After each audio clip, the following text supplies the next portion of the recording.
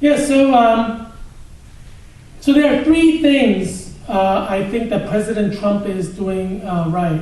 First of all, he's a man of action. That's what I like about Trump. That's why I voted for Trump in 2016. That's why I'm going to vote for him again in 2020. He talked with the airline industry and restricted entry into the United States right away. Man of action. He didn't hesitate. He restricted flights between United States and affected countries. He appointed Vice President Pence right away to head the task force. This is a man of action. He didn't wait for it to get out of hand. And Vice President Pence flew out to 3M to make sure that there's adequate production of testing kits. So I believe that President Trump is doing what he needs to do to respond to coronavirus, and he is doing what is humanly possible. There's nothing more he can do. I mean, I am a healthcare person.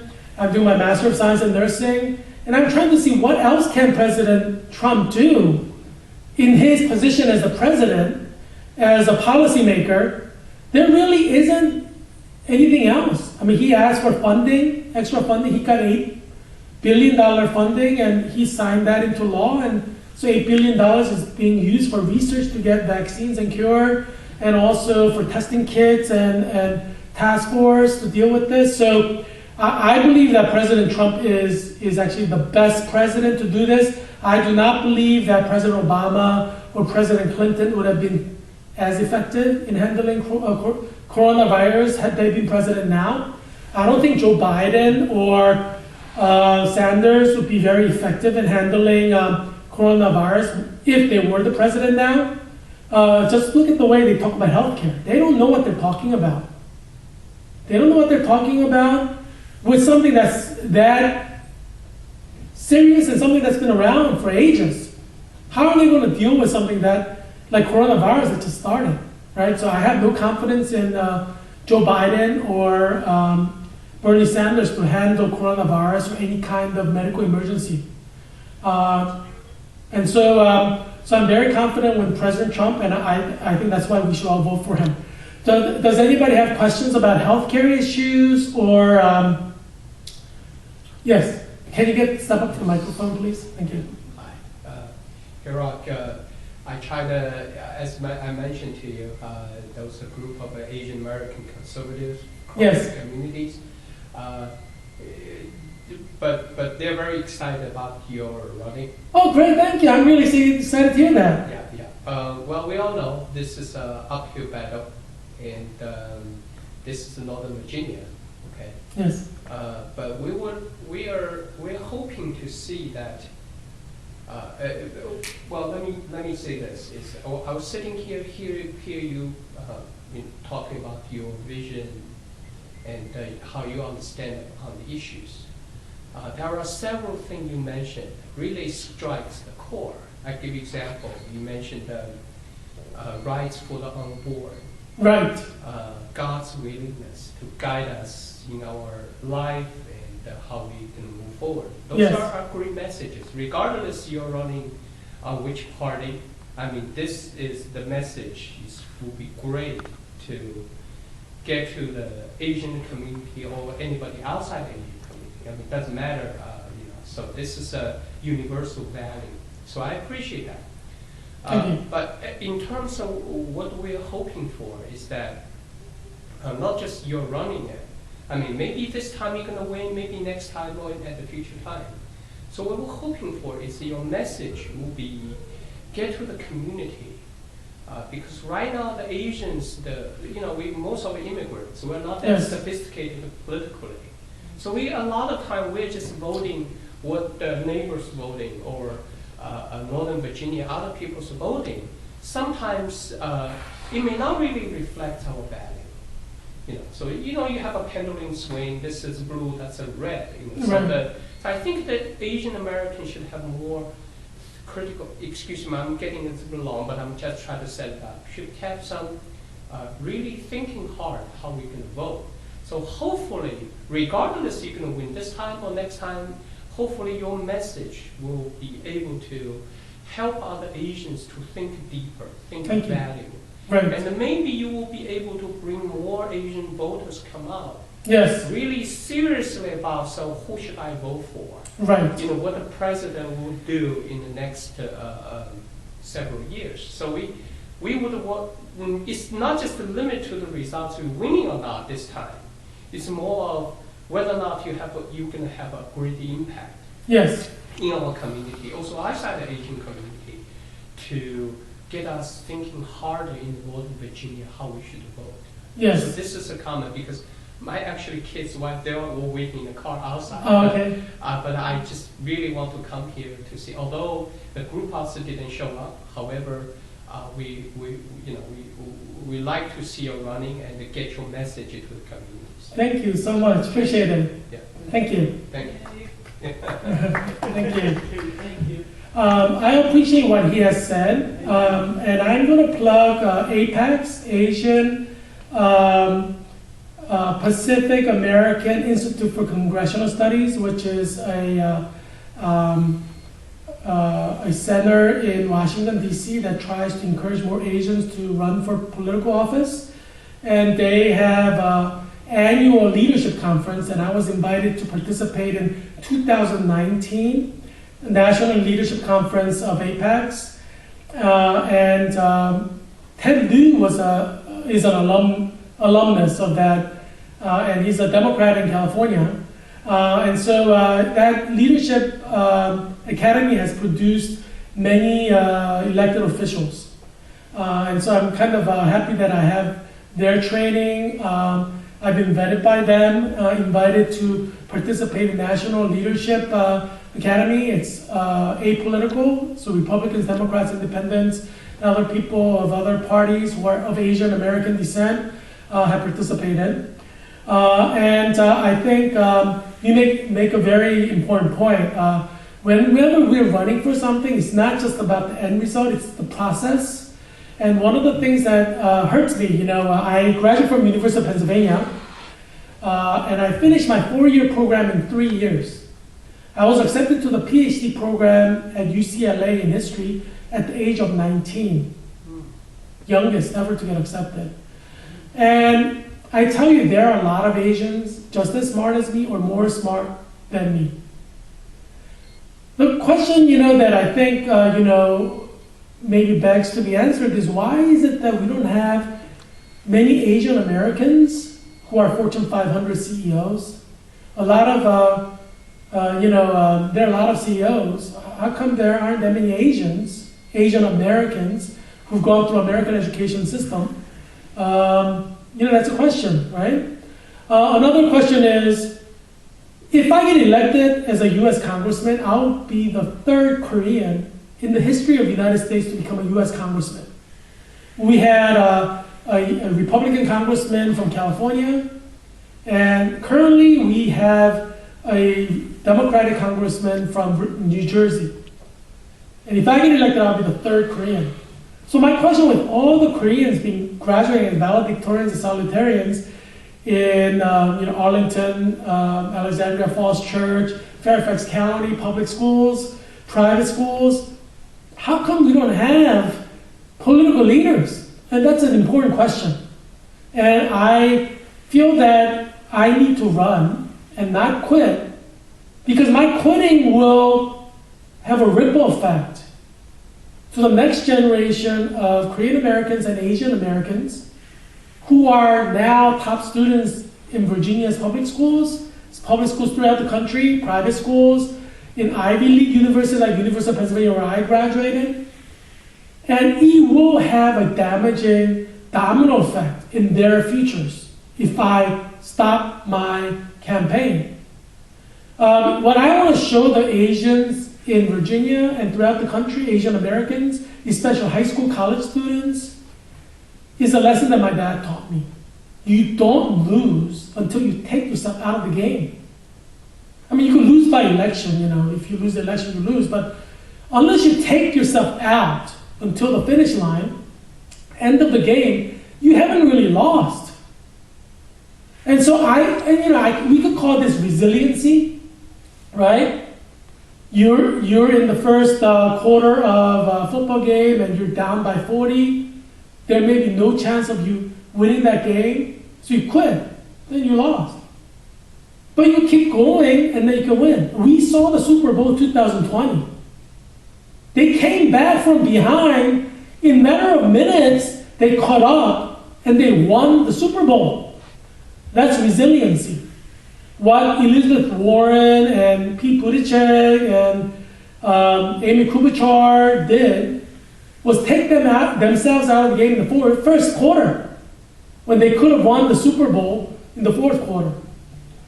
And so one of the things that I want to teach Korean Americans and other Asian Americans at Georgetown and at University of Pennsylvania throughout the country, we have over 3,000 universities and colleges, and in high schools, many more, is don't take yourself out after the first quarter just because you're down by 40 points.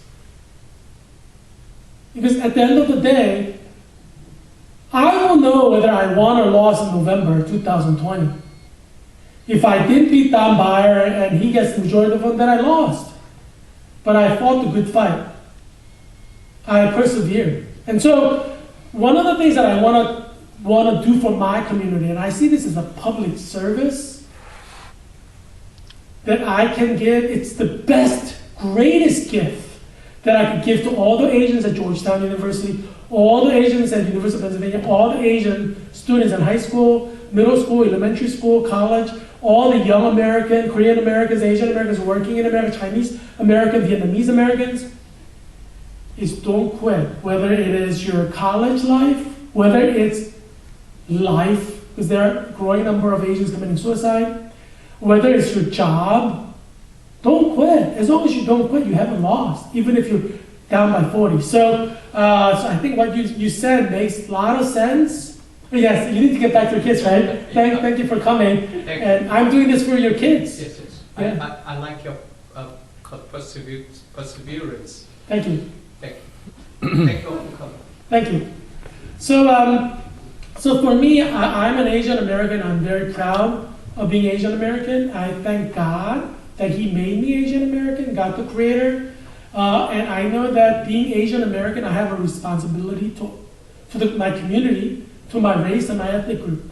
Obviously, I have a commitment to all races, all ethnic groups as well. And that's why I'm running for U.S. Congress.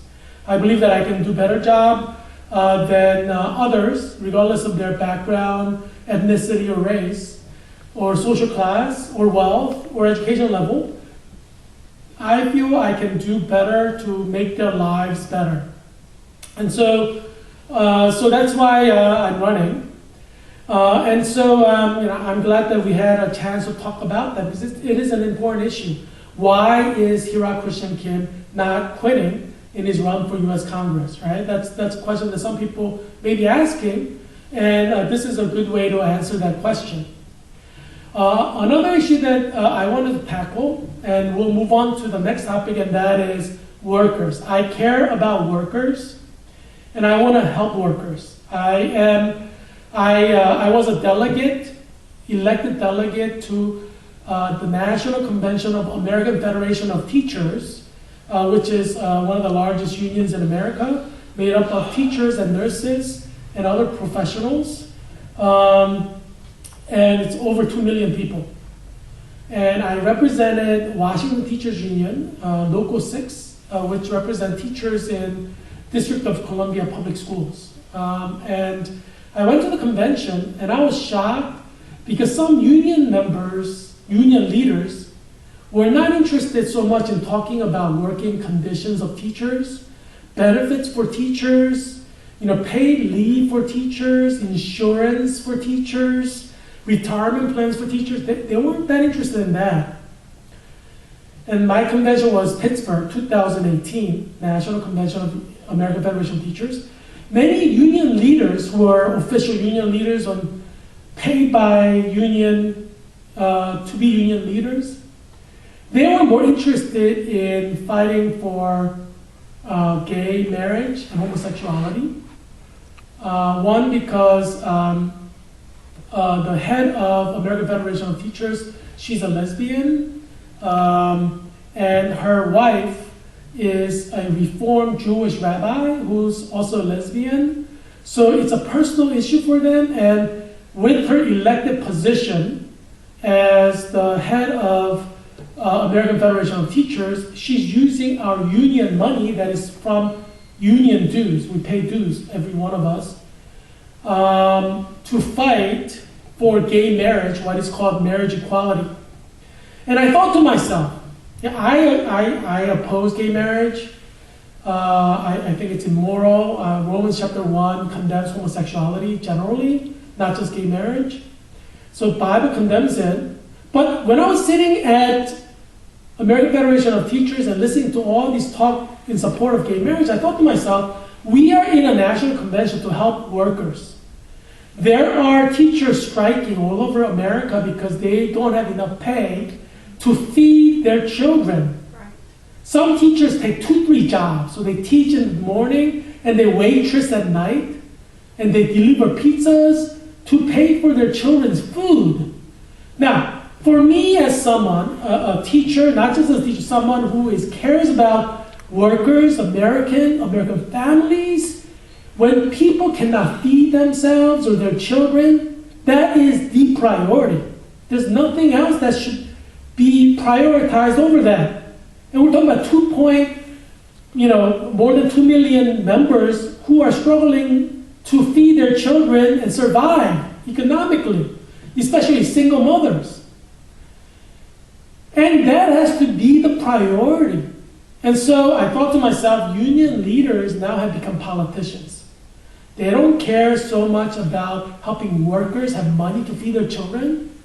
They want to push gay marriage, what they call marriage equality, using union dues. And I said, how wrong is that? How wrong is that when our members are starving? And this is not just happening with American Federation of Teachers, this is happening with other unions as well.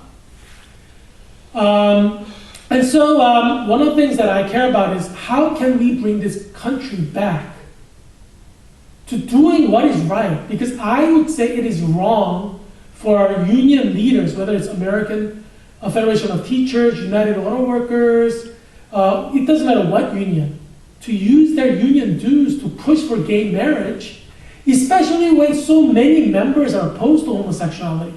Many teachers are Christians, evangelical Christians, who oppose gay marriage and homosexuality. And to use the union convention to push liberal anti-Christian agenda, rather than trying to provide benefits and higher pay for workers, it's just so wrong. It's just wrong thing to do. And so, I am fighting for the workers. And I want to see not only the politicians, but labor unions, labor union leaders, social leaders, community leaders, do what is right. That is focused on people, not on their own personal ideologies, like gay marriage. Right? That's their issue. And they're willing to sacrifice America's workers to push gay marriage or transgenderism. This has to stop, not caring about people. We need to care about people. We need to support the people. We need to feed the people. We need to pull people out of poverty, not push gay marriage, spending millions of union dues or tax money to do that. And we know that in Virginia there are politicians who are homosexuals or transgender, and they want to push legislation to force transgenderism and gay marriage in Virginia. And so that's currently a big debate right now in Richmond. And that is also an issue that we need to call out. Because majority of Virginia's 8th district voters do not want people pushing gay marriage or transgenderism down their throats or forcing their families to accept it. And using tax money to prioritize these issues is morally and ethically wrong. And those of us who are conservative, people who care about workers, who may not be conservative, they need to call the government out for wasting money of citizens and tax dollars to push the gay agenda or transgenderism agenda, and that's something that we have to do. Just to highlight what's happening, I'm going to give you an update on what's happening in University of California system.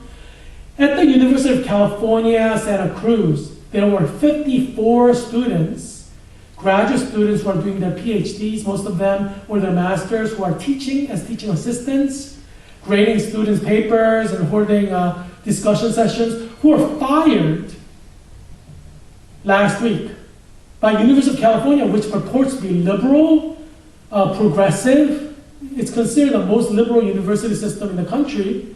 And they fired 54 graduate students because they wanted a livable wage. You know, the cost of living is very high in California. So the amount of money that they are receiving cannot even pay for rent or food. So all they want is to be given a pay that could get them rent and food. So they could study for their PhD or master's degree at the university where they pay their tuition, right? Or who receives most of their money after rent and food. But instead of raising the pay of these student workers, they fired them. And some of them are like, I cannot continue my PhD program because I have the money to continue. After I was fired as a teaching assistant, tuition, I can't pay for rent, I'm going to become homeless. And University of California, Santa Cruz, which is a liberal, progressive university who says they care about people, they don't care. They don't care that 54 of their graduate students can become homeless because University of California fired them just because they want a livable wage. Now, this highlights the hypocrisy of progressive movement.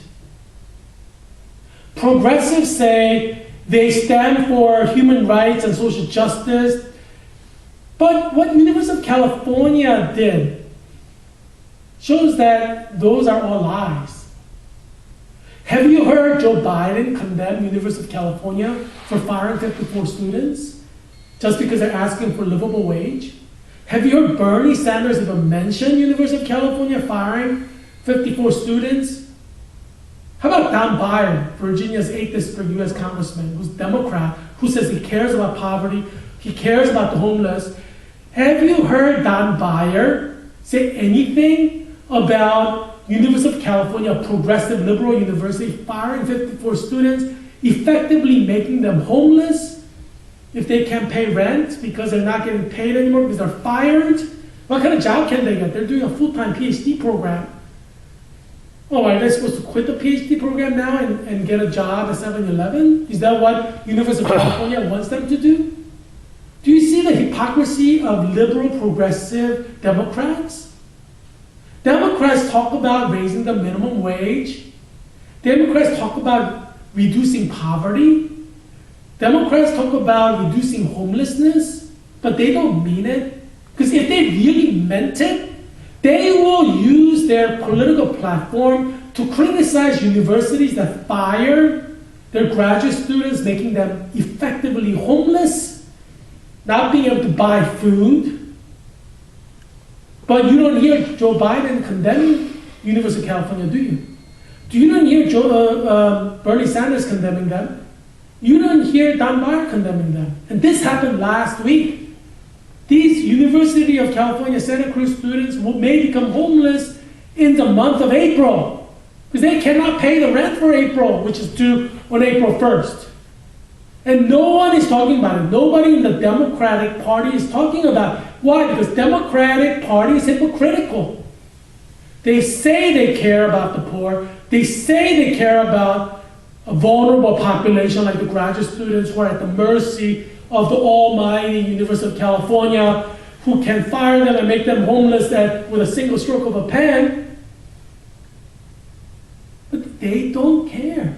Bernie doesn't really care, because if he really cared, he would mention it. He would condemn University of California for firing graduate students who are a vulnerable population who can become homeless as a result of their being fired from their job. They have to throw away their life dream They studied all their life to get into a PhD program at University of California, and now they have to throw that away because they are fired from University of California, Santa Cruz, just because they're asking them, can you just please pay us a little bit more for food and for rent? Because California rent has gone up, and we all know it has.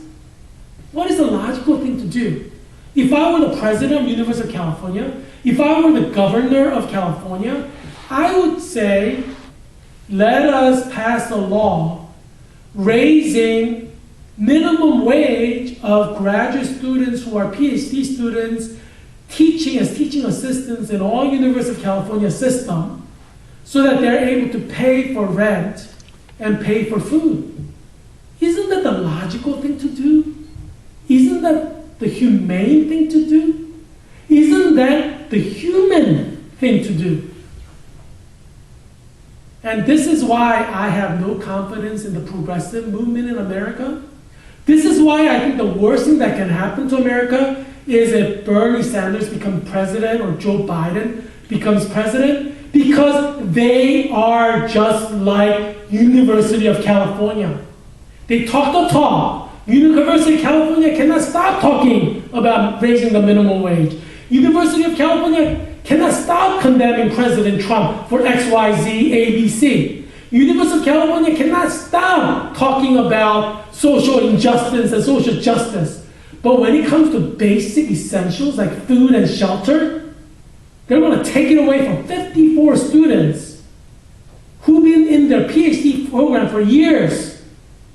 That's going to be all thrown out the window. They can't use it. And this is why I will not vote for Bernie Sanders or Joe Biden or Don Byer. And this is why you should not vote for any Democrat or progressive running in 2020. Because they're not here to help you. They are here to push an agenda to get power. When they're faced with a situation where they should raise salaries so that their workers can pay for things, they will fire you. And we see that in University of California. We see that Bernie Sanders, Joe Biden, Don Byer do not condemn it, which means they agree with it. They go along with it. Do you want people like this to lead you, whether it's in Virginia's 8th district or as a president of the United States? No. And that is why I want to continue to run against Don Byer. Because Don Byer represents this kind of politicking, talking the talk about liberalism and progressivism, but when it comes down to it, they're not going to pay to support you so that you will have shelter or food. They're not going to do it. They'd rather see you homeless. And they're just going to stand by their ideologies of progressivism. Do you have any questions about this?